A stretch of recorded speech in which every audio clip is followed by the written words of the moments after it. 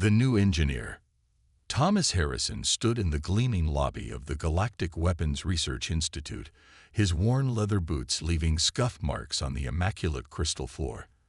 After 15 years of designing defense systems for Earth's space fleet, he'd finally gotten his dream job: lead weapons innovation specialist for the most prestigious research facility in the galaxy.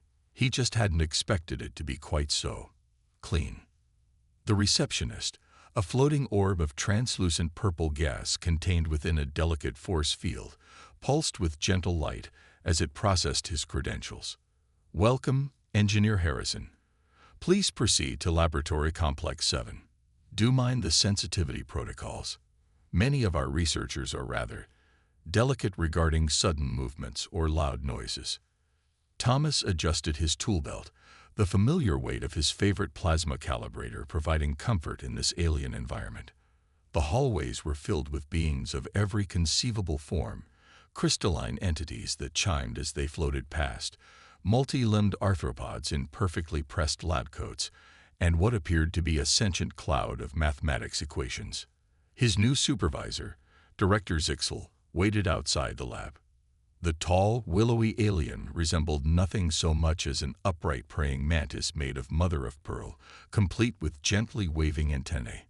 "Ah, Engineer Harrison, we are most pleased to have Earth representation in our weapons development program.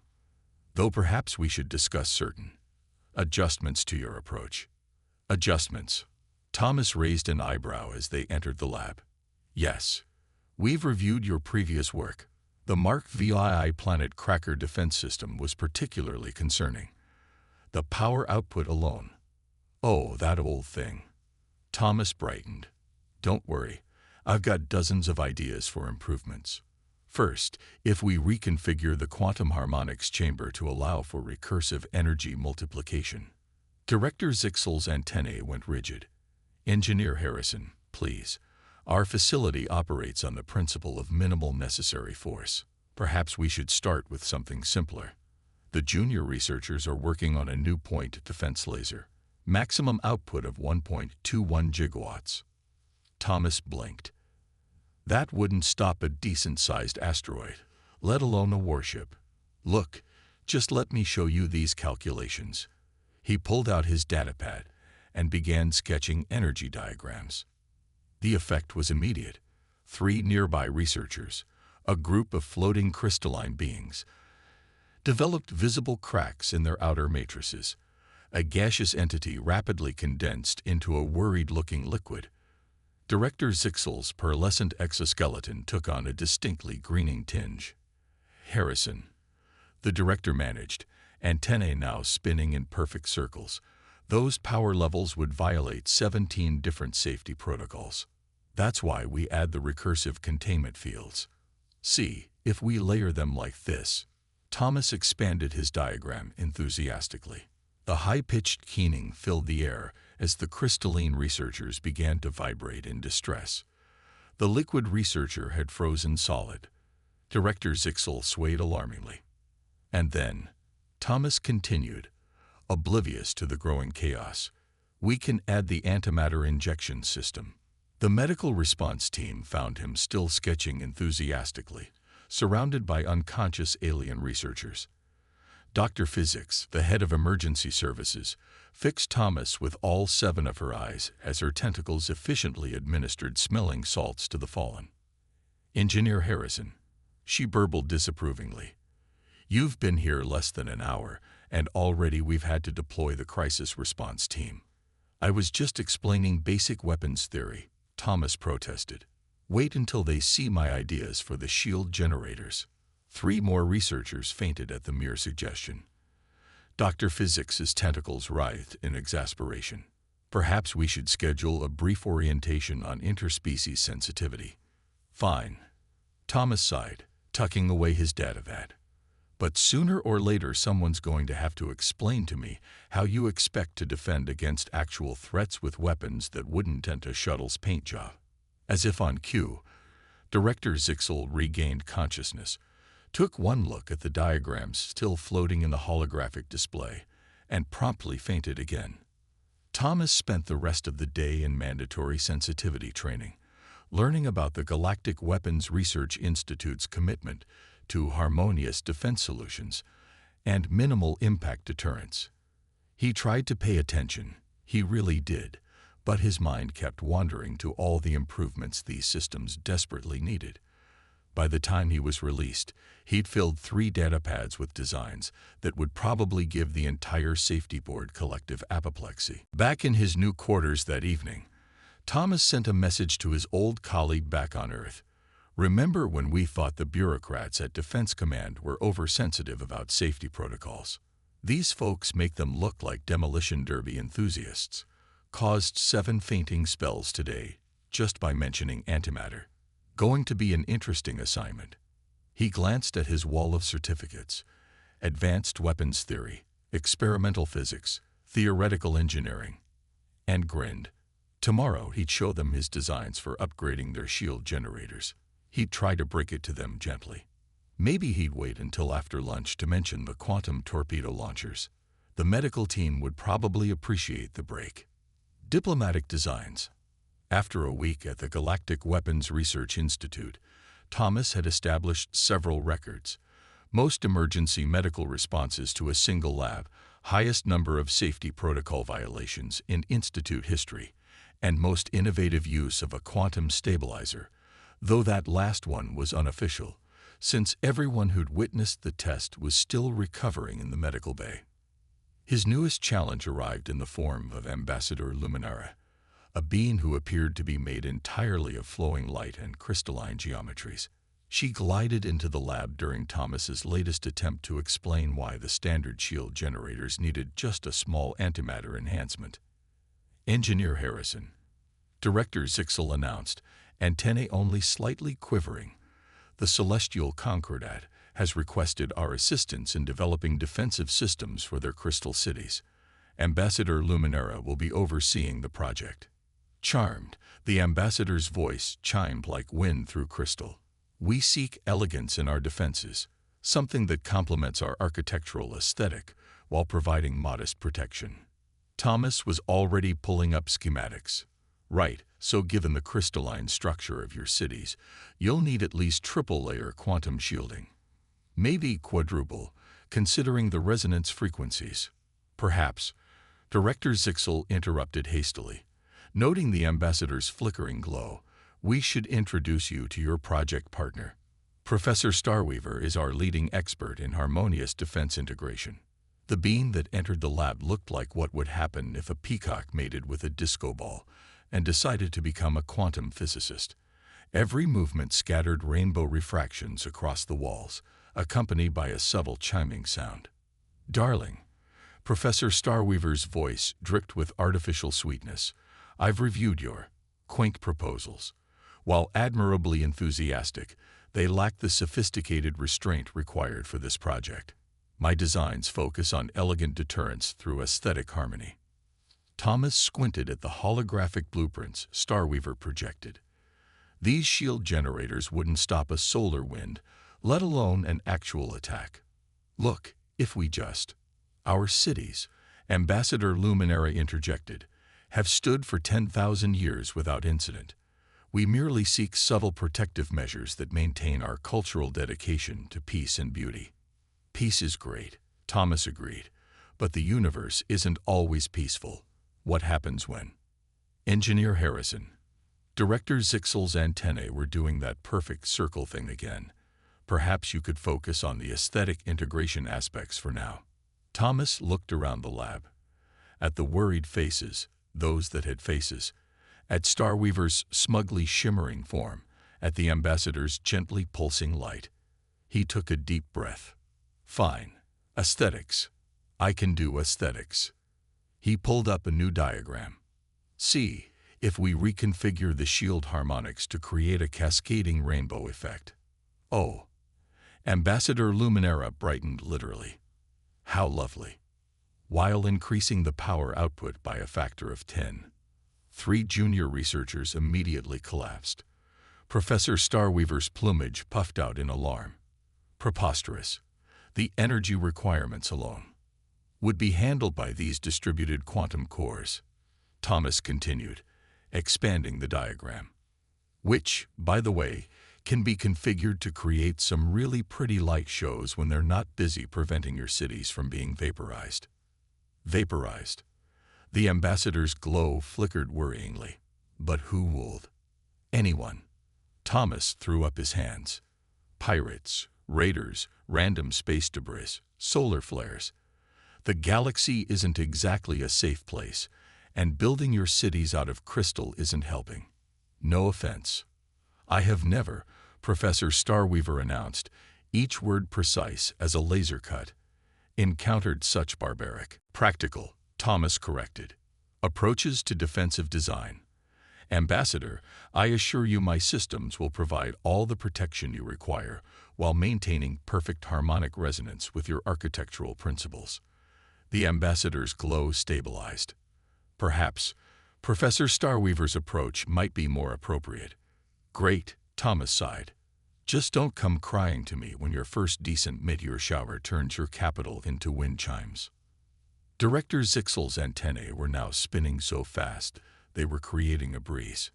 Engineer Harrison, might I suggest a brief recess, perhaps sometime in the meditation chamber? Fine. Thomas gathered his data pads. But I'm not dropping the quantum cores idea. And I've got some thoughts about integrating plasma cannons into those fancy spires of theirs. You know, for aesthetics. The resulting wave of fainting spells kept the medical team busy for hours. Thomas spent the afternoon in his lab, muttering about style over substance, while designing weapon systems that would make even Earth's military engineers nervous.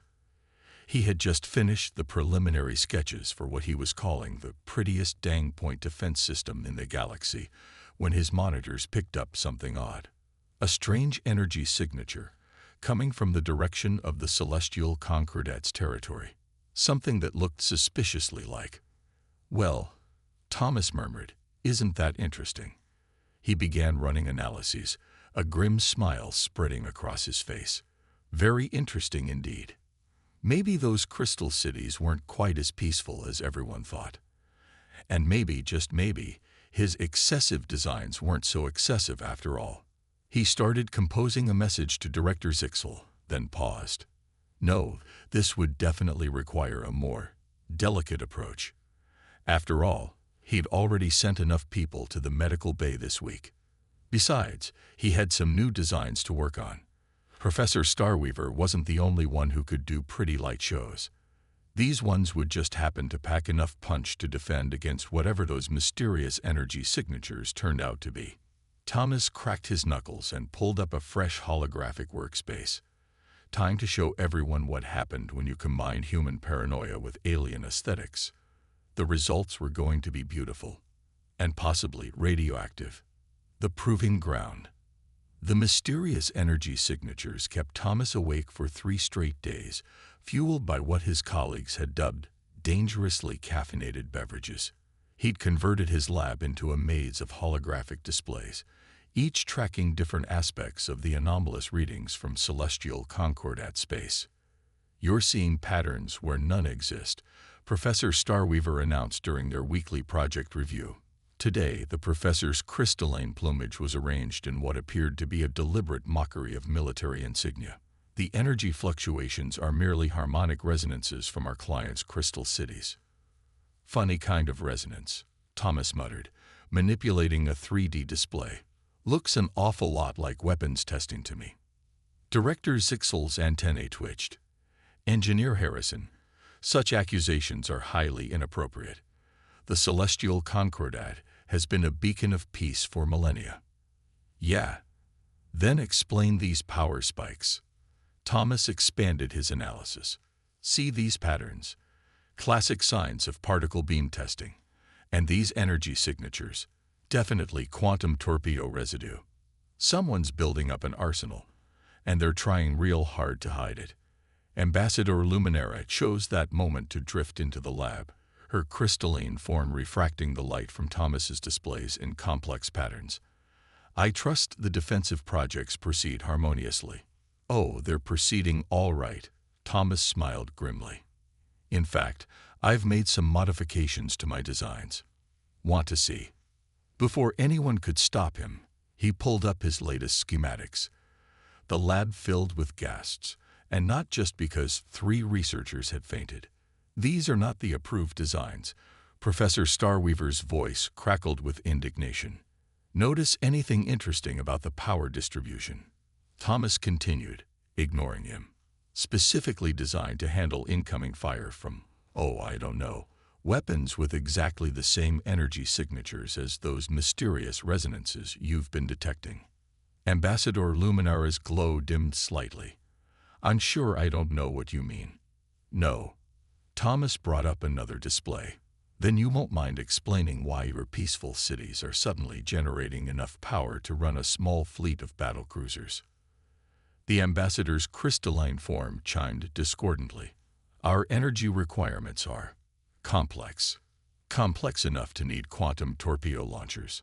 The silence in the lab was absolute, broken only by the soft thud of another researcher hitting the floor. Engineer Harrison. Director Zixel began. These accusations are based on solid evidence. Thomas finished. He turned to Ambassador Luminara. Look, I get it. Nobody wants to be seen as the aggressor. But if you're actually building up military capabilities, wouldn't you rather have defense systems that can actually handle the kind of firepower you're developing? The ambassador's form shifted, crystalline facets rearranging themselves into a more rigid configuration.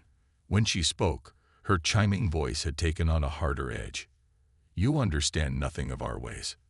I understand enough to know that those harmonic resonances you're generating could punch through Professor Starweaver's pretty but useless shields like they were tissue paper. But my designs, Thomas grinned, they might actually give you a run for your money. This is outrageous. Professor Starweaver's plumage was shedding rainbow sparks. Director, surely you won't allow what? Thomas interrupted. Allow me to point out that someone's been playing us for fools. That while we've been arguing about aesthetics, they've been building weapons that make my excessive designs look like water pistols. Ambassador Luminara's glow had shifted to a cold, hard light. Perhaps we should discuss this privately. Oh, now you want to talk. Thomas crossed his arms. Fine. But first, let me show you what my latest aesthetic integration can do. He activated the test chamber's holographic display. I call this one the pretty light show of doom. Watch what happens when it detects an incoming quantum torpedo. The resulting demonstration sent half the lab's staff to medical, but those who remained conscious saw something remarkable. A defense system that combined dazzling visual displays with enough raw power to handle military-grade weapons. Beautiful, isn't it? Thomas said to the stunned silence. Almost as beautiful as watching someone's hidden agenda fall apart. Ambassador Luminara's crystalline form had gone completely rigid. You have no proof. I have enough. Thomas's voice was steel-wrapped in silk. So here's what's going to happen. You're going to stop pretending you need modest protection, and I'm going to stop pretending I believe you. Then we're going to have a real conversation about what kind of defense systems you actually need. He paused, looking around the lab at the shocked faces of his colleagues. Oh, and Professor Starweaver, you might want to update your designs. Something tells me aesthetic harmony isn't going to cut it anymore. The aftermath was chaos, but a productive kind of chaos. As the truth about the Celestial Concordats military buildup emerged, the Institute's approach to defense systems underwent a radical shift. Suddenly, Thomas's excessive designs didn't seem so excessive anymore. And if he took a little too much pleasure in watching Professor Starweaver try to explain how to weaponize aesthetic harmony, well, nobody could prove it. Besides, he had work to do. Real work, now that everyone had stopped pretending they were just building pretty light shows. The galaxy was about to learn why you shouldn't underestimate human paranoia, or their ability to make weapons that looked good while they saved your life. Escalation. The Galactic Weapons Research Institute had changed dramatically in the weeks following Thomas's revelations. Gone were the days of minimal necessary force and aesthetic harmony. Now the halls buzzed with activity as researchers scrambled to upgrade their defensive systems to meet the growing threat. Thomas stood in his newly expanded lab, surrounded by holographic displays showing real-time data from the celestial Concordat space. "They're not even trying to hide it anymore," he muttered, watching another power spike that could only be from weapons testing. "The latest intelligence reports are concerning," Director Zixel admitted, antennae swaying anxiously. The director had taken to wearing a personal shield generator ever since Thomas started his enhanced testing protocols. "Concerning." Thomas laughed without humor. "They've got enough firepower hidden in those pretty crystal cities to glass half the sector. But hey, at least their weapons have good aesthetic integration, right?" Professor Starweaver, who had been unusually quiet lately, ruffled his crystalline plumage. Perhaps some of your design principles merit further consideration." "Oh, now you want to talk about proper defensive capabilities." Thomas pulled up his latest schematics. "Good timing, because I've got some ideas about upgrading the Institute's protective systems." "Do I want to know?" Director Zixel asked weakly. "Probably not, but you're going to find out anyway." Thomas expanded the display. "See, I've been thinking about those quantum torpedo signatures we detected. Traditional shields won't cut it. We need something new, something they won't expect." The design floating in the air was unlike anything the Institute had ever seen. It combined multiple layers of quantum shielding with an adaptive energy matrix that could redirect incoming fire back at attackers. And yes, it created some pretty impressive visual effects in the process. "The power requirements alone would," Professor Starweaver began, "would be perfectly manageable with these." Thomas interrupted, bringing up another diagram. "Distributed quantum cores, linked through subspace. They'll think they're targeting individual shield generators, but the whole system works as one integrated defense grid. This is far beyond our standard protocols." Director Zixel noted, but there was a new tone in their voice, something that sounded almost like approval. "Standard protocols won't save us when they decide to stop playing nice." Thomas gestured at the monitoring displays. "Look at these energy readings. They're not building defenses. They're preparing for an attack." As if on cue, alarms began blaring throughout the Institute. Red emergency lights bathed the lab in an ominous glow. Multiple ships dropping out of hyperspace. A technician's voice crackled over the comm. "Energy signatures match. Match." "Let me guess," Thomas said grimly. "The celestial Concordat." The holographic displays filled with images of crystalline ships emerging from hyperspace. They were beautiful, their geometric forms catching and refracting light in dazzling patterns. They were also bristling with weapons that definitely hadn't been part of their official specifications. "Such elegance in their design," Professor Starweaver murmured, then caught himself. "Though perhaps aesthetics are not our primary concern at the moment." "You think?" Thomas was already at his control panel. "Director, remember all those excessive defense systems I installed last week? The ones that made half the safety board faint?" "Yes." Director Zixel's antennae were spinning so fast they were creating a small windstorm. "Time to power them up." Thomas's fingers flew over the controls. Throughout the Institute, systems that most of the staff hadn't even known existed hummed to life. "And Professor, you might want to take notes. This is what happens when you prioritize function over form." The first Concordat ship fired, its crystalline beam lancing toward the Institute, only to splash harmlessly against shields that blazed with more than just pretty colors. "Impossible." Ambassador Luminara's voice cut through the command channel. "Our sensors indicated your defenses were purely ceremonial." "Funny thing about humans," Thomas replied, activating another system. "We tend to plan for the worst. Also, we're really good at hiding things in plain sight." Speaking of which, he pressed a final sequence of controls. All around the Institute, weapon systems emerged from what had appeared to be decorative architecture. It turned out those aesthetic integrations he'd been working on had integrated quite a bit more than anyone had suspected. "Beautiful, aren't they?" Thomas grinned at Professor Starweaver's stunned expression. "And look, They even match your color scheme. The Concordat fleet hung in space, apparently unsure how to proceed now that their target had turned out to be far from defenseless. Thomas used their hesitation to bring the last systems online, each one causing various Institute staff members to either gasp in amazement or faint in shock. So, he addressed the command channel.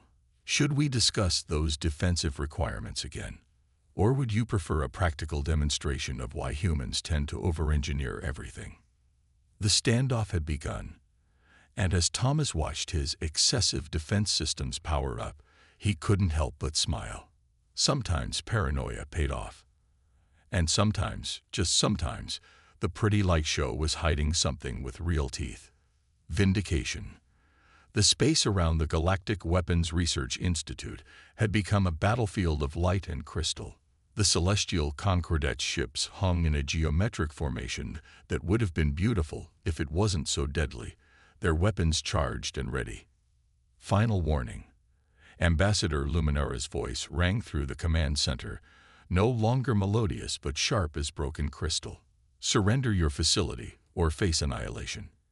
Thomas leaned back in his chair, oddly calm despite the apocalyptic light show outside the viewports.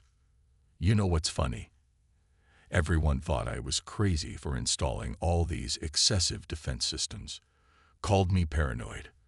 But here's the thing about paranoia. Sometimes it's just good planning in disguise. He turned to Director Zixel, whose antennae had finally stopped spinning and now pointed straight up in determination. Permission to show them why humans have a reputation for overkill. The director's pearlescent exoskeleton gleamed under the emergency lights. Engineer Harrison, I believe now would be an excellent time for one of your demonstrations. Music to my ears. Thomas's fingers danced across his control panel. Professor Starweaver, you might want to take notes. This is what happens when you combine aesthetics with actual defensive capabilities. The first layer of Thomas's defense system activated. The Institute's shields didn't just stop the initial barrage from the Concordat fleet.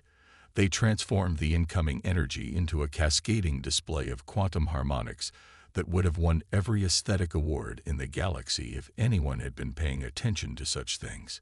Impossible. Ambassador Luminara's voice cracked with static. Our weapons should have overwhelmed any possible defenses. Should have, would have, could have. Thomas muttered, activating the second phase. Let's see how you handle this little upgrade. The Institute's hidden weapon systems emerged from their decorative housings, each one a perfect blend of form and function. The Concordat fleet's first indication that they'd severely miscalculated came when their lead ship's impenetrable crystal shields shattered under a barrage that looked like a cosmic fireworks display. Beautiful and deadly, Professor Starweaver whispered, his plumage reflecting the technicolor chaos outside. I must admit, your approach has certain merits. Save the professional validation for later, Thomas replied, eyes fixed on his displays. We're just getting to the good part. The good part, as it turned out, involved revealing that every single one of those excessive power cores he'd installed wasn't just for show. The Concordat fleet found themselves caught in a web of intersecting defense grids, each one turning their own energy signatures against them. This is not possible. Ambassador Luminara's transmission was beginning to show signs of panic. Our intelligence indicated. Let me guess. Thomas interrupted. Your intelligence came from all those inspections where everyone fainted when I suggested actual defensive capabilities. Yeah, funny how that worked out. He activated the final phase of his defense system, the one he'd labeled Pretty Lights of Doom Mark II, in the schematics. The resulting display sent 3 more Institute technicians to medical with cases of aesthetic overload, but the effect on the Concordat fleet was considerably more dramatic. Ship after ship found their crystal matrices destabilized by precisely calibrated energy pulses that looked like abstract art in motion. Weapon systems failed in cascading patterns that could have been mistaken for choreographed light shows. Even their communications came apart in harmoniously arranged interference patterns. You have to admit, Thomas said to no one in particular, There's something poetic about using their own aesthetic principles against them. The battle lasted exactly 17 minutes. When it was over, the pride of the celestial Concordet's fleet hung powerless in space, their crystal ships reflecting the last echoes of the defense systems that had defeated them. In the stunned silence that followed, Director Zixel turned all 12 eye stalks toward Thomas. "Engineer Harrison, I believe we owe you an apology. Your excessive preparations appear to have saved us all." "Don't mention it." Thomas was already working on new schematics. "Though if anyone needs me, I'll be upgrading our secondary systems. You know, just in case they have a backup fleet." Professor Starweaver drifted closer, his crystalline form humbled but thoughtful.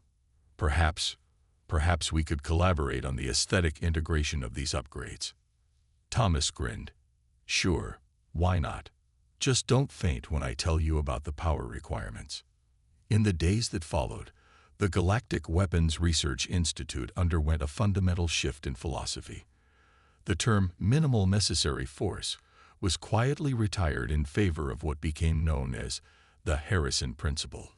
If it's worth defending, it's worth defending accessibly, with style. Thomas found himself promoted to Chief of Defense Systems, though he insisted on keeping his old lab. He had a reputation to maintain, after all. The medical team kept a permanent station nearby, just in case. And if his new designs happened to create the most spectacular light shows in the galaxy, while they protected against any conceivable threat, and several inconceivable ones, well, sometimes beauty and paranoia went hand in hand. Besides, he thought as he worked on his latest modest upgrade, someone had to keep the galaxy safe. Might as well do it with flair.